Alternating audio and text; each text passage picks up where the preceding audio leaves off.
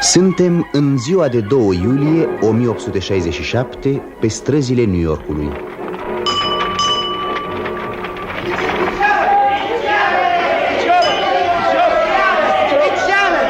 Cristobal Colon scufundat de monstru!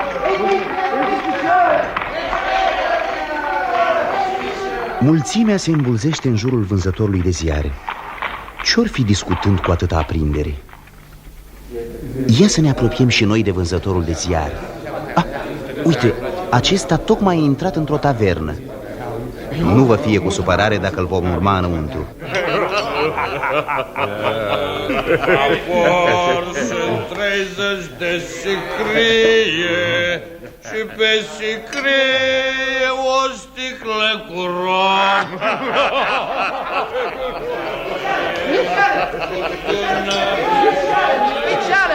Monstru marin în Oceanul Indian! Hei, băiete, dă-mi o specială. Vă merg afacerile decât cu monstru ăsta care cutreieră mările, a? Și flota stă cu mâinile în sân. Parcă numai flota noastră, toate de la un capăt la altul al pământului tremură de frică. Ce zici, marinare? Ce are de gând amiralitatea? Amiralitatea? Ăia-s marinari de apă dulce, domnule. Să mă ungi cu smoală și să mă legi de catargul cel mare, dacă nu tremură amiralul numai când aude de monstru. Și la urma urmei, lasă-l să tremure. Se mai scutură de purici, nu? Uite, un whisky!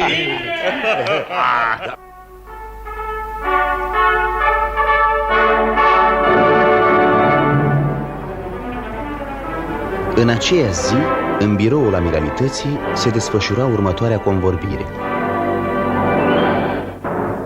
Capitane Farragut, te așteptam. Ia loc. Mulțumesc, domnule amiral.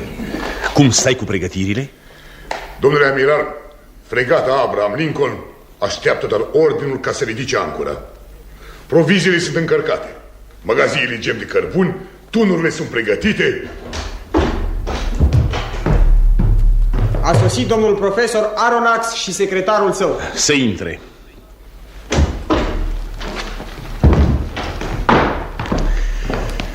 Bine ați venit, domnilor. Capitane Farragut, îți prezint pe profesorul Aronnax de la Muzeul de Științe Naturale din Paris. Da, îmi pare bine, domnule. Încântat de cunoștință, domnule. Tânărul este colaboratorul meu cel mai apropiat. Suntem plecați amândoi de un an într-o expediție științifică. Și vă grăbiți să vă întoarceți în Franța? O să mai stăm 2-3 zile până sosește vaporul. Îmbarcăm colecțiile și... Ne putem îngriji noi de asta. Da? Sunteți prea buni. Dar vedeți, avem și animale vii. Le vom expedia noi. Vă mulțumesc foarte mult. Foarte mult. Mă rog, pentru asta ne-ați convocat? Nu, domnilor. Trebuie să mărturisesc că e vorba de o chestiune deosebit de gravă. Ați auzit vorbindu-se despre monstru marin? De azi de dimineață, de când am sosit, n-am auzit altceva decât de monstru și ar monstru. De fapt, ce se întâmplă? Domnilor, acum un an, la 20 iulie, un monstru marin a ciocnit vasul Elveția în Atlantic. De atunci s-au petrecut multe. Transatlanticul Pereir a fost ciocnit, Etna a fost scufundată, Lord Clyde a fost spart, Moravian a fost scufundat, fregata franceză la Normandie și Scoția companiei Cunard au avut și ele de-a face cu monstrul. Apoi Governor Higginson și acum vasul Cristobal Colon. Vă dați seama? Comunicația pe ape este primejduită. Opinia publică din toate țările e din ce în ce mai neliniștită. Dar la urma urmelor, monstru a fost văzut vreodată? Mă rog, ce e? O stâncă? Un cetaceu? Capitanul Farragut spune că ar fi o lumină plutitoare. Ce zici, capitan? Și încă ce lumină? Blestemață fiu dacă am mai văzut ceva asemănător. Da, fenomenele de fosforescență nu sunt rare pe ocean. Mie mi-o spuneți, domnule. Dar credeți-mă, a furisit să fiu dacă era o lumină obișnuită. Și pe urmă, cine a mai pomenit că niște viermușori luminoși să străpungă vasele de la un capăt la altul? Domnilor, opinia publică din cele două continente pune pe seama monstrului toate naufragiile. De fapt, nu e chiar așa. Pare ciudat, dar monstrul de obicei nu atacă. S-ar părea că ciocnirile sunt întâmplătoare. Interesant, foarte interesant. Dar nu văd în ce măsură noi... Sunteți un specialist cunoscut, domnule profesor. Lucrarea dumneavoastră despre adâncurile submarine a devenit clasică. Ne-ați putea fi de mare ajutor. Bucuros, domnule amiral, dar cum? Ajutându-ne să aflăm despre ce fel de monstru marin e vorba. Dar dacă este cine știe ce vas de război pe care îl experimentează în secret vreo putere străină. Credeți că n-am fi fost informați în cazul acesta? Poate l-a construit vreun particular? Unde ar fi construit și cum ar fi putut păstra secretul? Nu, domnilor. După toate datele, avem de-a face cu un monstru marin de o specie necunoscută. Iată de ce v-am chemat. Da. Fregata Abraham Lincoln, de sub comanda capitanului Farragut, e gata să pornească în urmărirea monstrului. Mările trebuie curățate grabnic. Altfel, în sfârșit, opinia publică cere cu tărie lucrul acesta. Am fi bucuroși să luați parte la expediție. Un cetaceu de specie necunoscută. Ei, ce părere ai, Consei? Domnule profesor, o să ajungem acasă cu un mic ocol. Atâta tot.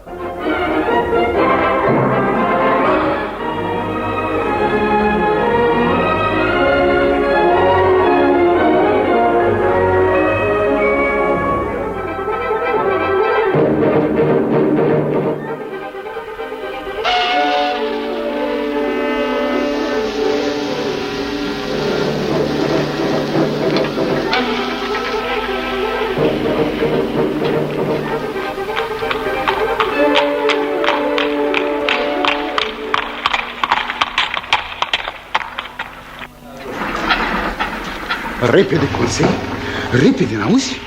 Și ai grijă de geamantane. Așa. Cred că am sosit la timp, nu? Așa mi se pare și mie. Hei, domnule profesor! Capitan. Domnule profesor! Da! Hei, a furisit să fiu, dacă nu credeam că v-ați răzgândit. Și eu, capitane, mă temeam că ați și pornit.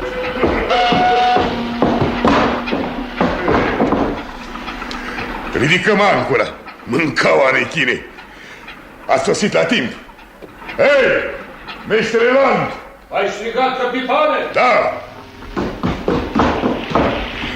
Domnule profesor, da. Ăsta-i Ned Land, vânătorul de balene. Și totodată cel mai dipace aruncător cu cangea din zilele noastre. Da, îmi pare bine. Meștere Land, da. de-a lui profesorul Aronnax. Un savant, cunoaște ligioanele pe degete. Tânărul e un fel de secund al său. Merg cu noi. Eu vă las.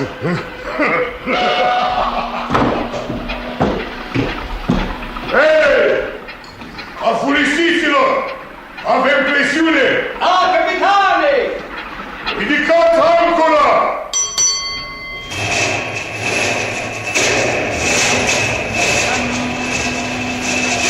Apoi dreapta!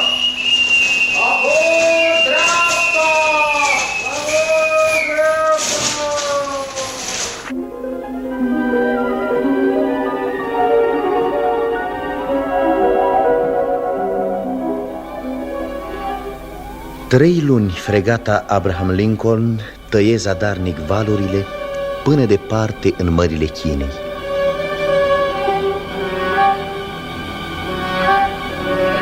În a patra lună, îndoiala și desnădejdea cuprinsese întreg echipajul. Tuturora le părea rău că porniseră în expediția aceasta. Nici urmă de monstru. Echipajul ceru atunci capitanului să întoarcă fregata spre casă și el, blestemând, trebuie să făgăduiască oamenilor că a doua zi, la 5 noiembrie, va pune capăt călătoriei.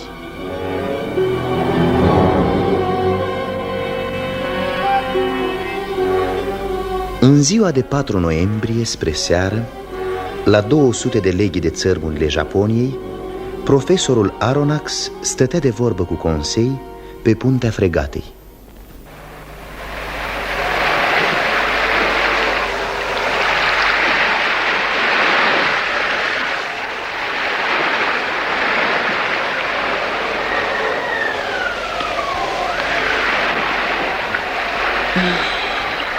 Nimic, domnule profesor. Nici o urmă. Și-am agățat de bord tone întregi de slănini. Doar vor atrage monstru. Mă gândesc, Conseil, mă gândesc că la urma urmei ne-am pripit. Ne-am pierdut timpul și ne-am tocit nervii degeaba.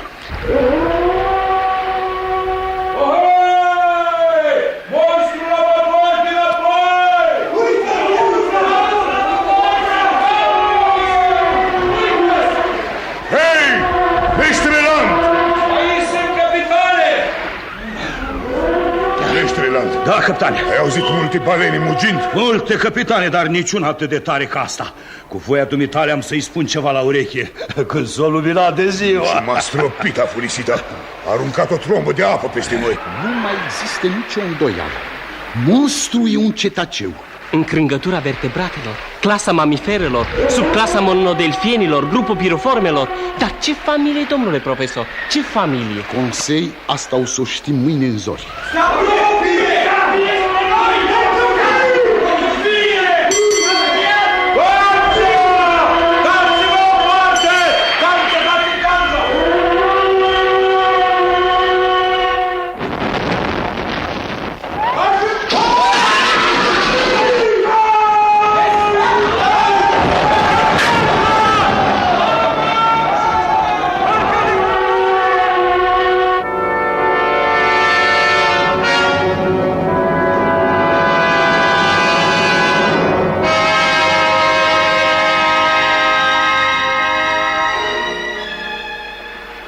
Ajutor!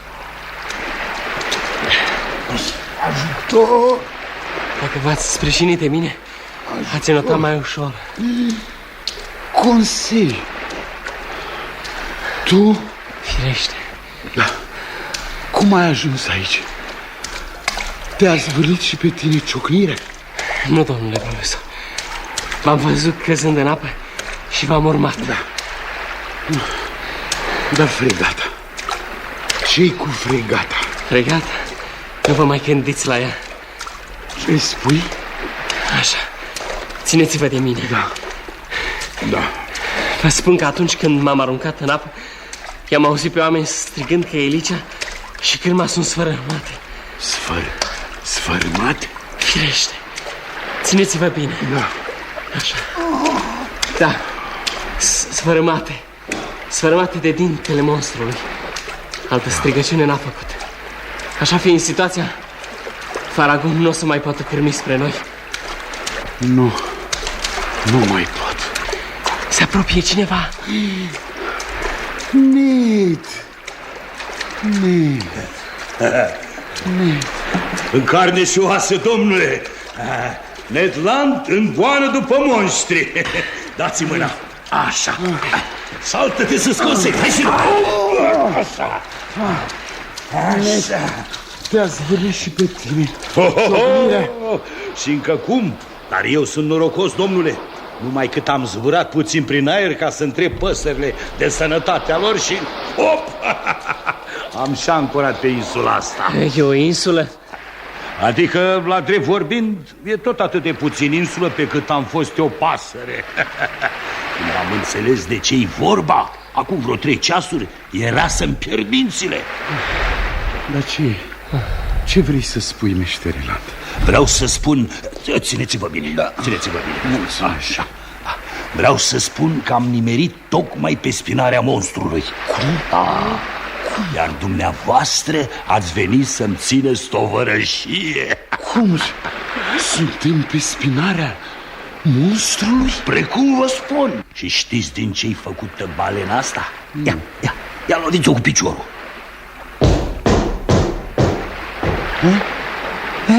De ce ați amuțit? Meștere Land, monstrul e de oțel. Atunci... Ned, Consei, cum sunt treaz? E adevărat oare? Tot atât de adevărat pe cât e de adevărat că Ligioana se poate scufunda oricând și rechinii abia ne așteaptă. De neînchipuit. Atunci monstru e un vas. Da. Un fel de vas nemaipomenit care poate pluti pe sub tapă. Pe legea mea, domnule, că nici mie nu mi-a venit să cred la început, dar dacă este, ce mai... Domnule profesor, atunci trebuie să fie și oameni înăuntru. E oțel curat.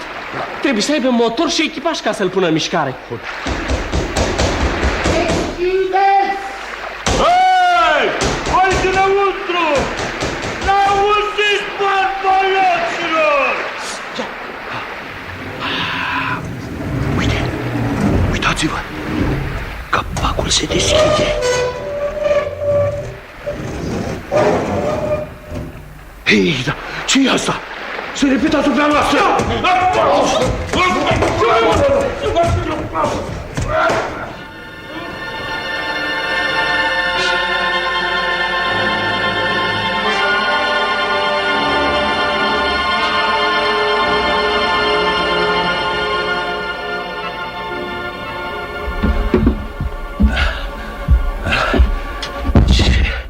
Ce întuneric! Să vă arăt eu votul horilor. Domnule profesor, sunteți aici? Aici, Ned. Numai că nu mă văd nici pe mine. Și dumneata, domnule Consei? Firește, tot pe aici pe undeva. Mă caut. Mii de draci! Pirații care ne găzdesc în felul ăsta trebuie să fie canibali. Dar nu am să mă las mâncat cu una, cu două. Vine cineva. Uitați-vă, doi necunoscuți. Da. Napoculus Daram. Dinet Horis. Să mă ia naiba dacă înțeleg păsăreasca lor. Și doar am auzit destule de când vând urmările. Domnule profesor, Da. bărbatul ăsta impunător trebuie să fie comandantul. Încercați să le spuneți și cu noi. Cereți-le să ne ducă într-un port până nu ies în fire. Potolește-te, Ned. Potolește-te, te rog. Domnilor, sunt profesorul Pierre Aronnax de la Muzeul de Științe Naturale din Paris. Acesta este Consei, colaboratorul și prietenul meu. Dumnealui este Ned Land, vânător de balene de pe fregata Abraham Lincoln. Domnilor, eram în urmărirea unui monstru când o ciocnire ca... Da, dumneavoastră mă înțelegeți? Au plecat. S-au fi dus după tâlmaci. Sunt pirați. Ascultați-mă ce vă spun. N-ați văzut? N-au binevoit nici să ne răspundă măcar.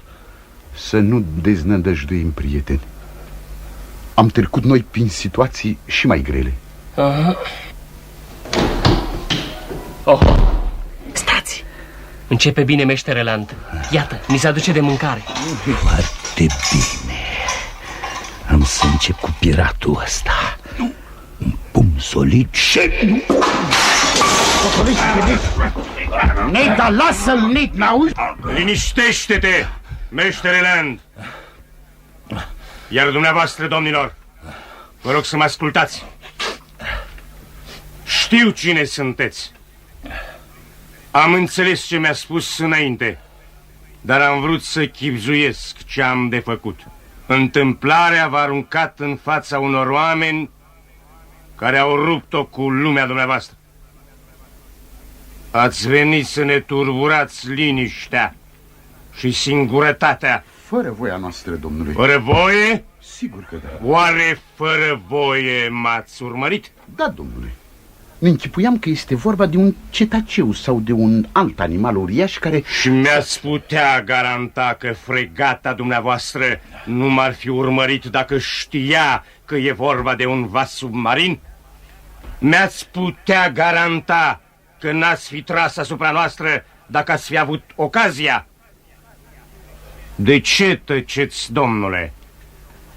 Dar ce v-aș putea răspunde, domnule?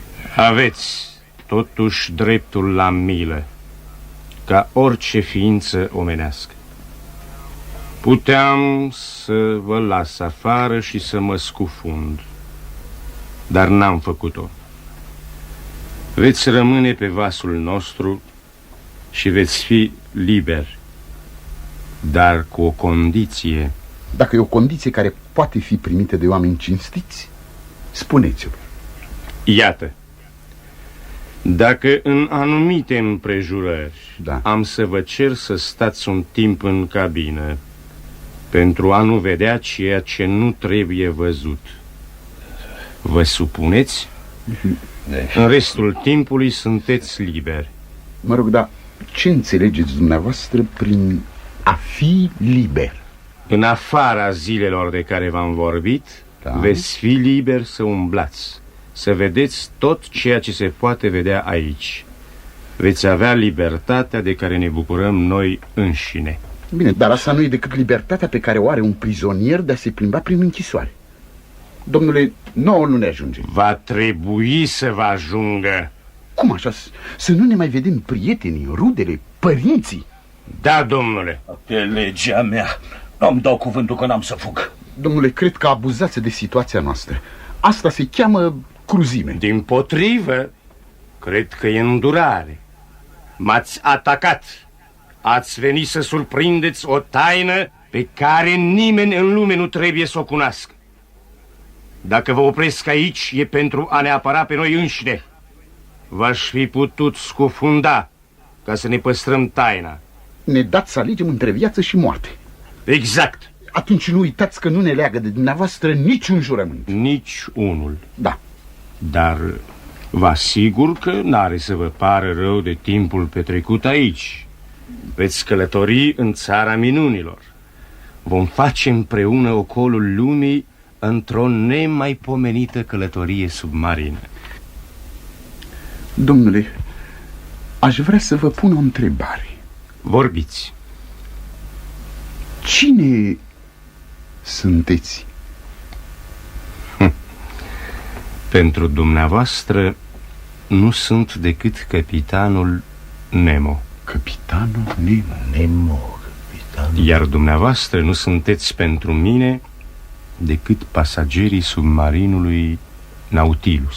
Submarin? Ei, acum, dacă doriți să vizităm submarinul, vă stau la dispoziție. E, cu plăcere, domnule. Firește că vrem. De ce? Pe aici. La urma urmei. Pe aici, domnule. Pe aici. Vă rog, după dumneavoastră. Aici e biblioteca. Foarte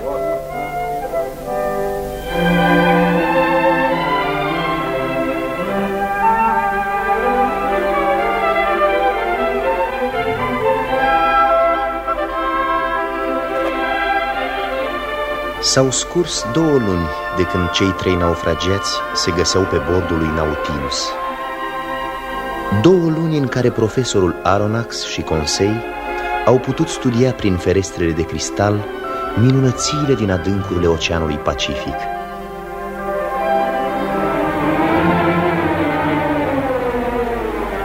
În ziua de 4 ianuarie, Nautilus naviga încercând să pătrundă în Oceanul Indian prin periculoasa strâmtoare de Torres.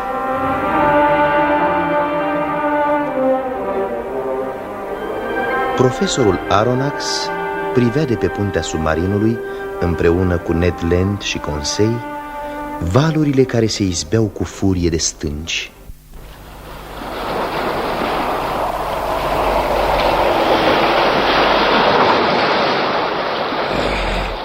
Afurisită mare, domnule. Oh, afurisită, Ned. Afurisită. În strâmtoarea asta, copii s-au sfărmat corăbile lui Laperuz. Capitanul Nemo se joacă. Dacă se ciocnește de vreo stâncă, praful se alege de toată fierăraia asta. Atunci să te ții. Dacă Nautilus nu a ieșit teafăr din capcană, E cel mai bun prilej să fugim. Ned nu se gândește decât la fugă. Da, pe toți dracii, la ce altceva o ți vrând să mă gândesc. De 2 luni îmi rod unghiile în cușca asta de oțel. M-am săturat până peste gât. Cu studiile dumneavoastră, aproape că ați uitat în ce stare ne găsim. Mie, dragă Ned, călătoria asta îmi dă prilejul să văd o sumedenie de lucruri nebănuite. Le văd și eu, domnule, și n-am să le uit. Dar nici că sunt într-o cușcă nu pot uita. Dacă știi măcar câți oameni sunt pe bord. Hei, dar ia uitați-vă. Ce insulă o fi aia? Se văd deslușit arborii. Da. Insula Guerobar. Ce-a fost asta? Nautilus Salonidă stâncă. Aha, aici o să ruginească. Domnule profesor, Ce este? acum e momentul să fugim. Insula nu-i departe. Bine, dar gândește-te, Ned. Aici, în inima Papuașii. Dacă am fi pe țărmul Europei, atunci da. Uf, și insula e abia la 2 leghe de noi. Dacă am putea pune măcar piciorul pe ea. Uitați-vă, sunt pomi adevărați, cu frunze. Trebuie să miști nevânatul pe acolo. Domnule profesor, Ce? până s-o despotmoli Nautilus, știți ce? Ce? Vorbiți-i capitanului Nemo. Cereți-i barca. Măcar așa, ca să nu uităm să călcăm pe uscat. Da, pot să-i cer, dar sunt sigur care să mă refuze. Încercați. Să încerc. Bine? Bine. Am să încerc.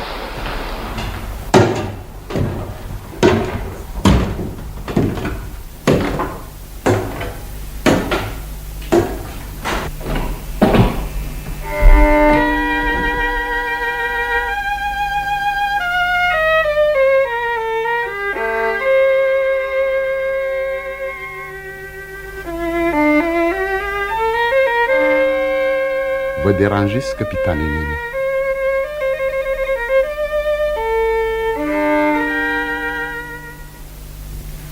Într-adevăr, cântam.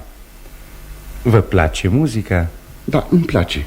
Dar nu despre asta vroiam să vă vorbesc. Atunci? Știți că Nautilus a suferit un accident.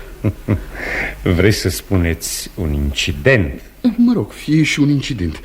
Dar asta vă va sili să redeveniți un locuitor al pământului. Vă înșelați, domnule. Nautilus o să vă mai plimbe încă multă vreme prin fundul oceanului. Ocolul lumii abia a început. Nu, capitane. Nautilus e împotmolit de-a binele. Și aici, în Pacific, fluxurile nu sunt mari. Nu văd cum o să-l despotmoliți. În strâmtoarea asta e o diferență de 2 metri între flux și reflux. Mâine e 5 ianuarie, nu? Da. Vom avea lună plină. Da, exact. Și m-ar mira dacă satelitul acesta, cum se cade, nu o să ridice apele tocmai cât ne trebuie. Vă spun că mâine, la ora 2:40, vom porni. Cum, și nu aveți de gând să faceți nimic pentru despotmolire? Fluxul e de ajuns. Asta doreați să știți? Nu, capitane. Vreau să vă cer barca pentru o vânătoare în insula Guerobar. Chiar acum? Nu, mâine dimineață. Mâine dimineață veți găsi barca pregătită. Vă voi pune și câteva puști electrice. Și acum vă rog să mă lăsați să-mi termin cântecul.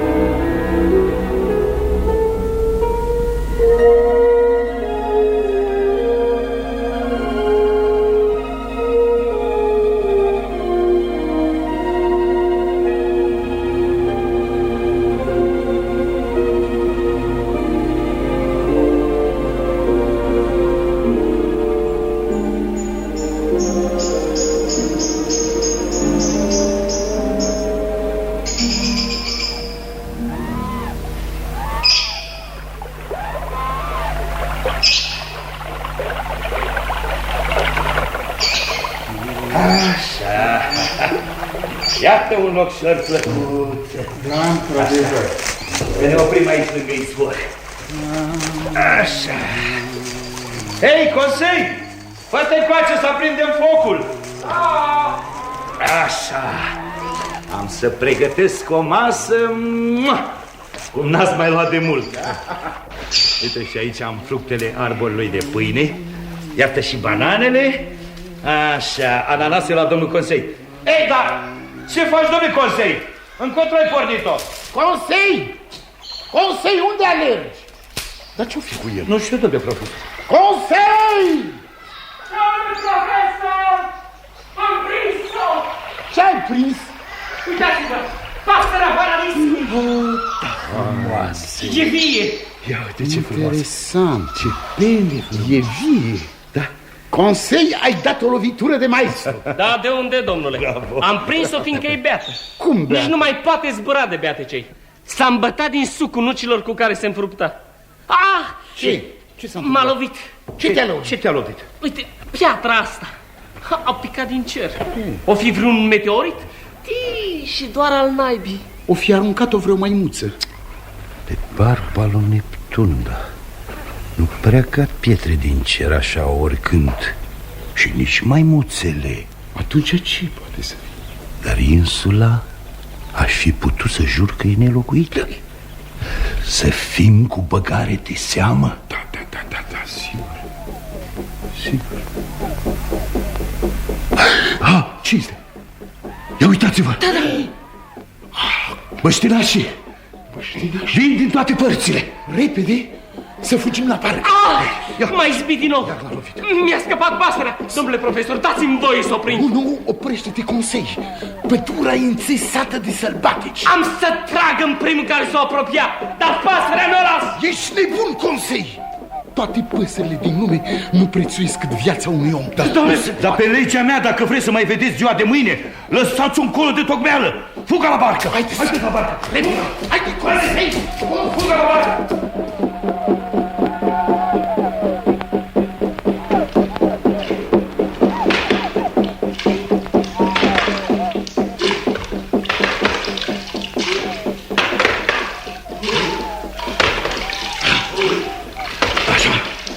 Cârmați pe stânga. Așa. Apărtăm la submarin. Repete, Consei. Domnule profesor, hai, dați-mi mâna. Da, mulțumesc. Așa, opa. Mulțumesc. Așa. Capitane Nemo!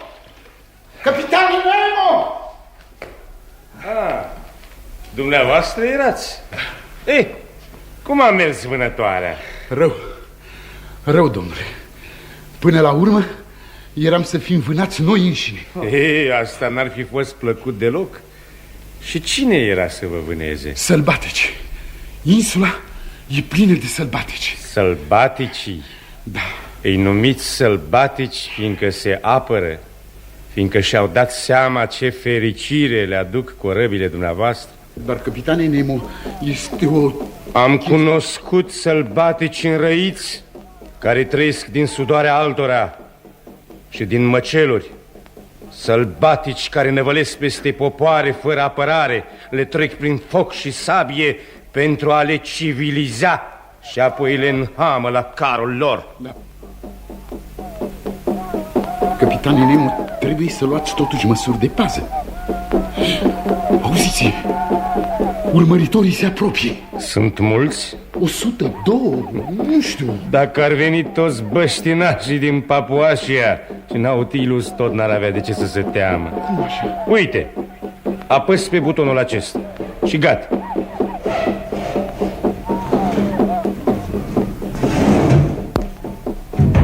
Capacul s-a închis.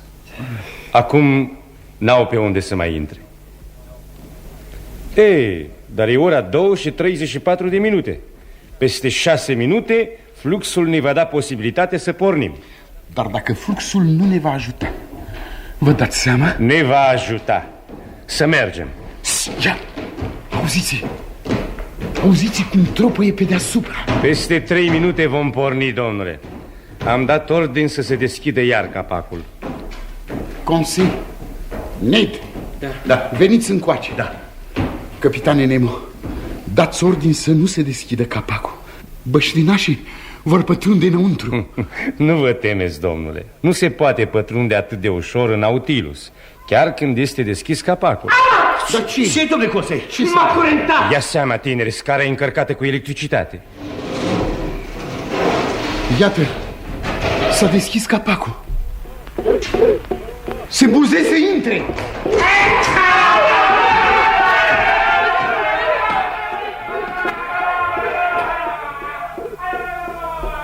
Au fost curentați. Capitane Nemo, ai avut dreptate. Nu se pătrunde ușor în Nautilus. Pirogile se retrag! Fug! Pe legea mea! Uitați-vă! Da. Fug! Ia uitați-vă! Plutim din nou! E ora 2:40. Domnilor, incidentul a luat sfârșit. Nautilus își continuă călătoria.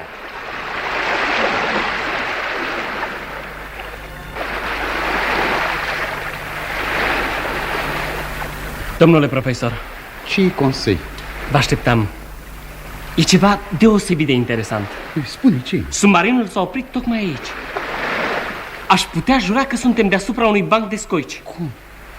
E adevărat, capitane? M-ați întrebat ceva? Da. Unde suntem? Pe bancul de la Manar, domnule, nu departe de coasta Ceylonului. Peste câteva luni, aici au să fie mii de corăbii ale pescuitorilor de perle. Da. E o barcă părăsită mai încolo, domnule. Pe semne că cineva s-a grăbit să înceapă de pe acum pescuitul. Dar nu-l văd. Vieții oameni, pentru perlele scoase, băștinașii primesc abia câțiva gologani de la stăpânii lor și-și riscă viața de fiecare dată. Ohei! Om peste bord! Un naufragiat! Se neacă! Unde? La tribord! Capitane Nemo! A sărit în valuri. Capitanul e în pericol, domnule. Un rechin dă târcoale. Dați-mi cangea. Să luăm barca. Prea târziu, Ned. Capitanul a văzut rechinul, de aceea și sărit. Iată, se apropie de naufragiat. Înnoată în fața rechinului. A scos cuțitul. Domnule, îmi vine să turbesc că nu-l pot ajuta.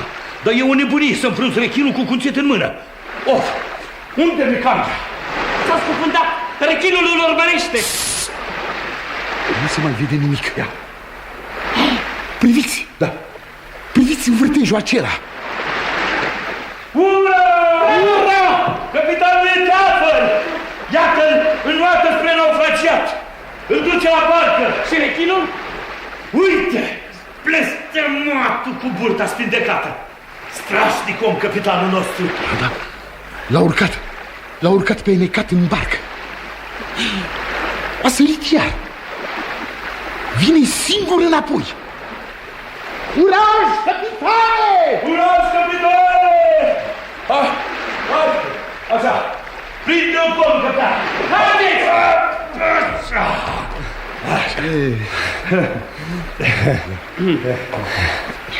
Vă mulțumesc, domnilor.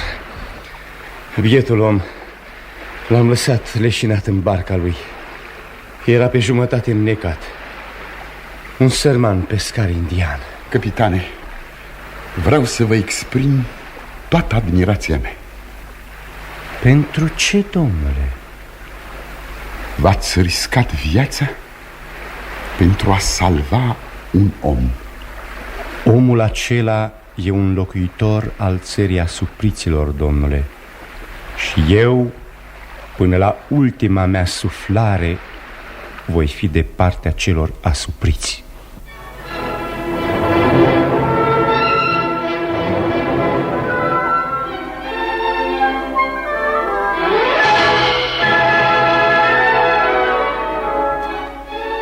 Nautilus străbătu Oceanul Indian, apoi prin strâmtoarea Bab el-Mandeb sau Poarta Lacrimilor, cum o numesc arabii, pătrunse în Marea Roșie. Parcursese așadar peste 16.000 de leghe de la punctul de plecare din mările Japoniei, plutind când în adâncuri, când deasupra valurilor. Dar taina capitanului Nemo rămăsese tot nedezlegată.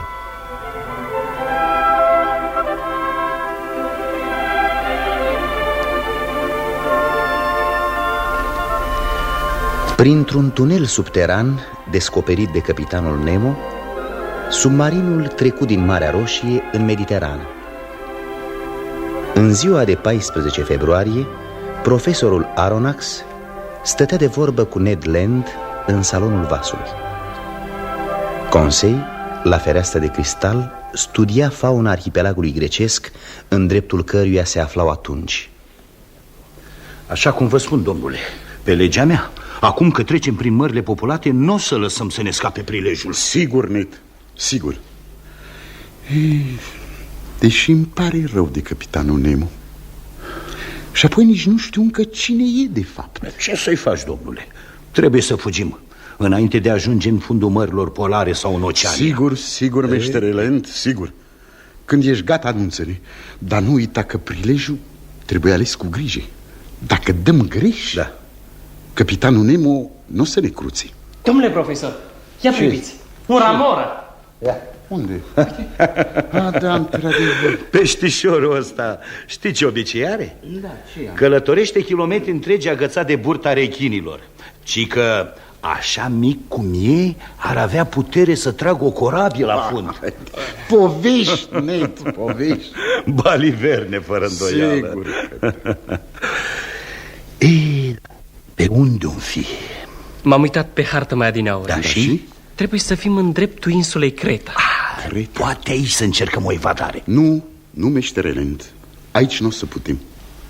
Acum 8 luni, când ne-am îmbarcat pe Abraham Lincoln, locuitorii din Creta se răsculaseră și poate că răscoala nu s-a stins încă. Da, pe legea mea, și dacă nu s-a stins, doar nu suntem despoți. Au să ne primească bucuroși. Ia fă-mi loc, domnule Conseil. M-am lovit. Da, ce-ai făcut? Ce mai sunt și lăzile astea? Până azi nu au fost aici. Ce mai fi cu ele? Să vă spun eu. Stăteam azi de dimineață și îmi fumam pipau. Uite cu alea. Așa și? Puf, puf. Mergea strună, pe legea mea. Mă ungea la inimă. Îi spune. Când, hop, ancorează 4 inși care aduceau lăzile astea goale. Da. Și cu ce credeți că le-au umplut?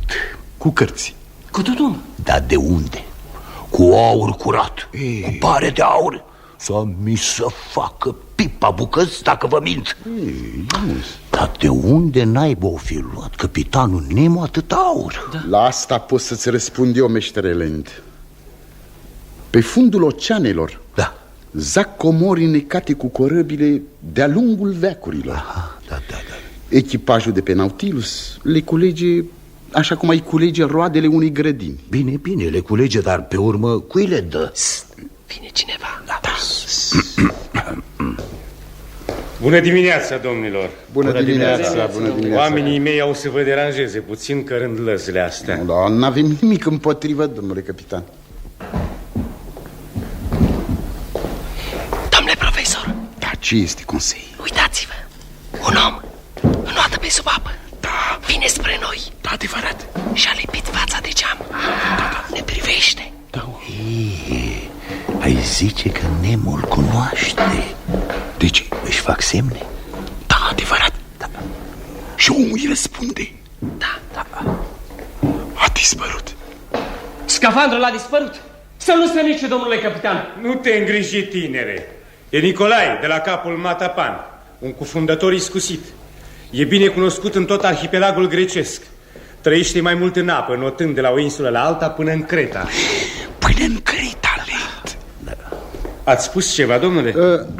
Da, vreau să vă întreb dacă îl cunoașteți pe Nicolae, capitane. Da, îl cunosc. Dar mă iertați, trebuie să grăbesc căratul cu ferelor. Vă rog, domnule capitan. S-a dus. Dar ce-or fi făcând cu aurul? Mi se pare că eu știu ce face cu el. Ce anume? Veniți la fereastră, domnule. Priviți. Ce? Oamenii lui Nautilus scară lăzile pe sub apă. Strașnic. Și-au pus costumele de scafandri. Ei, ce? Iată-l pe scufundătorul de adineauri. Da, adevărat. Da. Ei, meștere Land, acum știi la ce-i folosește capitanului Nemo aurul? Nu. Îl dă răsculaților. Așa. Mi se pare că prietenul nostru, capitanul Nemo, este un tainic sprijinitor al răsculaților de pretutindeni. Dragostea lui pentru cei obidiți, ura împotriva oamenilor care asupresc, toate astea ascund în ele soluția problemei.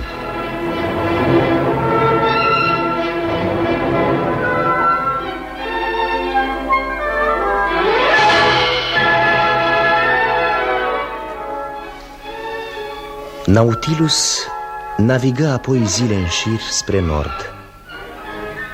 În ziua de 1 iunie, profesorul Aronnax notă în carnetul său: pe capitanul Nemo aproape că nu l-am mai întâlnit în ultimul timp. Pare că ne ocolește. Stă zile întregi în odaia lui și cântă la orgă. Melodiile, înfiorător de triste, răsună prin pereții de metal ai submarinului. Capitanul pare mâhnit până în adâncul sufletului.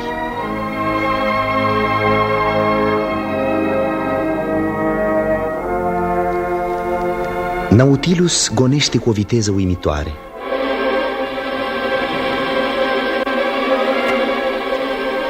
Iar peste câteva zile, într-o după-amiază, pe când Nautilus străbătea apele Atlanticului, profesorul Aronnax se întâlni cu Ned Land și cu Conseil pe puntea submarinului.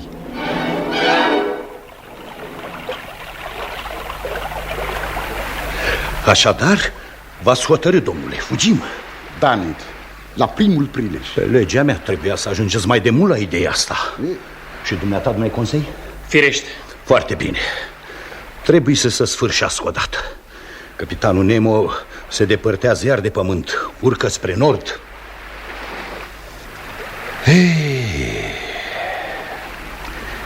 Când mă gândesc că la câteva leghi mai spre nord e un golf, și că în golful ăsta e un fluviu, pe malul căruia se găsește un sătuc. Acolo m-am bălăcit în apă când eram țânc. Aș da nu știu ce să mai arunc odată ancora în golful acela. Ce să o arunci, meștere Land? Iar noi, domnule profesor... Dar asta ce mai e? Se trage cu tunul. Priviți, domnule, un vas. Unde? Încuierasat se îndreaptă spre noi. Încuierasat? Da. Meștere Land, da. Nu-i vezi cumva pavilionul? Din ce țară o fi? Da, un moment. Ia vezi. Da, uite, n-are pavilion. Dar din orice țară o fi, iată prilejul pe care îl așteptăm, domnule. Când o ajunge la 1000 de noi, mă arunc în valuri. Vă sfătuiesc să faceți la fel. Și nu uitați, domnule profesor, că avem experiență la not. La nevoie vă pot remorca. Domnilor, vă reamintesc condiția. Trebuie să coborâți imediat. Cum? Și să ne lăsăm zăvoriți în cabina de fier? Așadar, pentru asta, capitane, ne-ai pus condiția aceea la început? Acum, pentru că ați văzut, puteți rămâne în salon. Dar, capitane Nemo, vreți să scufundați vasul? M-a atacat. Am să-l scufund. Dar nu o să faceți una ca asta. De ce nu? Sunt în dreptul meu. Eu sunt asupritul, iată asupritorul. Datorită unor asemenea oameni am pierdut tot ce am iubit. Patrie, familie, copii. Tot ce urăsc e acolo pe vasul asupritorilor. Sunt în dreptul meu. Coborâți imediat. Capitane Nemo, a plecat. S-a dus să se pregătească de luptă. Ei, afurisită treabă. O să-i scufunde și pe ăștia. Și noi stăm cu mâinile în sân. Ce putem face? Uite, capacul se închide. Submarinul se scufundă. Să coborâm repede în salon.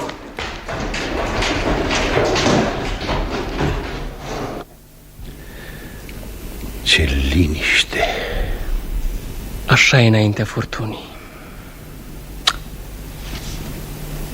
Nautilus e acum ca o țigară de oțel sau ca o ghiulea. Are să străpungă vasul de la un capăt la celălalt ca pe o bucată de cașcaval.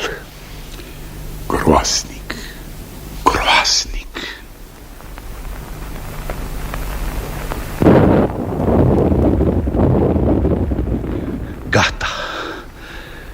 Cred că s-a terminat, domnule.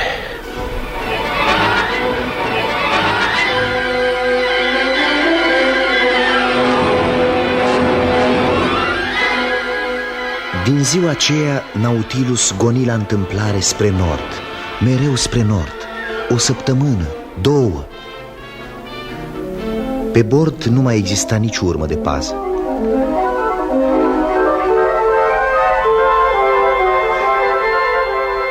Capitanul Nemo, închis în cabina lui, cânta zile întregi la orgă. Părea chinuit de remușcări.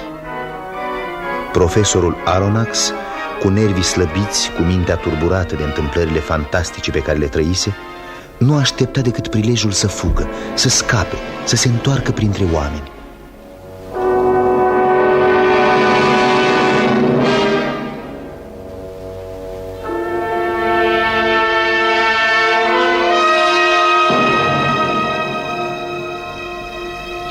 Într-una din seriile acelea, Ned veni în camera profesorului.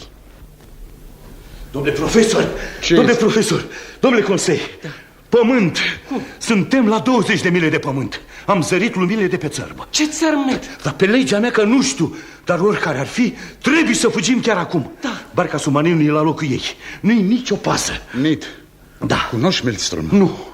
E un uragan care bântuie tot timpul pe meleagurile astea. Cred că suntem în preajma lui. Dar oriunde am fi, domnule, trebuie să îndrăznim. Libertatea merită orice preț.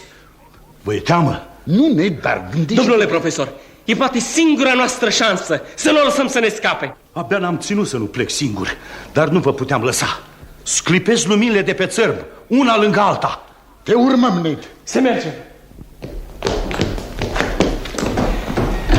Capitanul Nemo cântă. Ei, parcă mi-e milă de el. Adio, capitane Nemo. Domnule profesor, veniți pe aici. Capacul e deschis. Așa.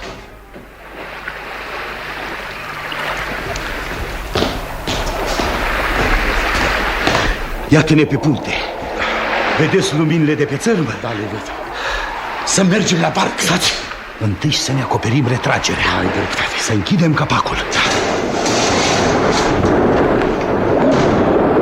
Liber! Liber! Suntem liberi! Barca e aici! Nu veniți, domnule! Opriți de veste că am fugit! Nu, Conseil. Altceva îi înspăimântă. Se apropie uraganul. Țineți-vă bine! Pe toți dragii! Acum, cel puțin vom muri pentru libertate! Da, Ned! Vom ști să murim!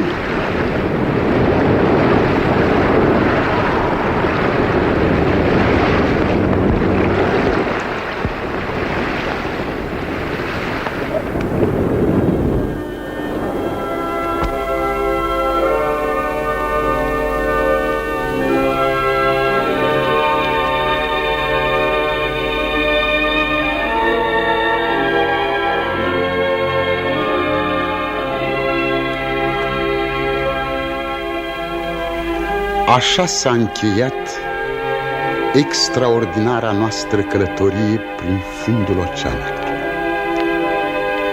Cum am scăpat din vârtejul uriaș? Cum am putut ajunge la țărm? Nu știu. M-am trezit într-o colibă de pescari pe una din insulele Lofoten. Ned Land și Conseil vegheau la căpătâiul meu.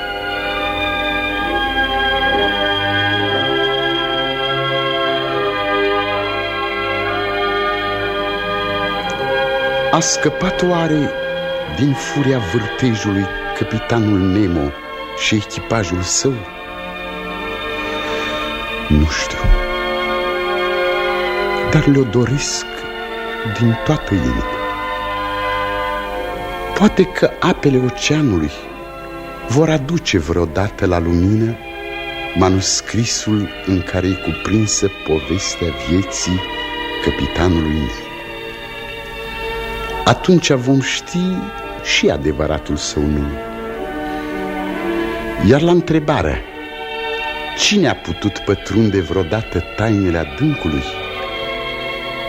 numai 2 oameni au dreptul să răspundă: căpitanul Nemo și cu mine.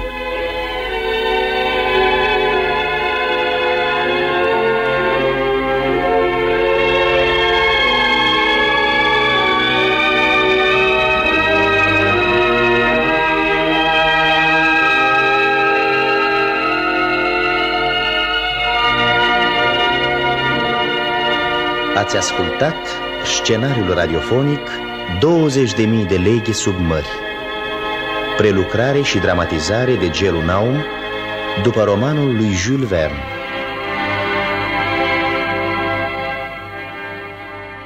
Au interpretat Nicolae Brancomir, Nicolae Sireteanu, Vili Ronea, Puiu Hulubei, Nicolae Gărdescu, Nucu Păunescu, Mihai Heroveanu, Sorin Balaban.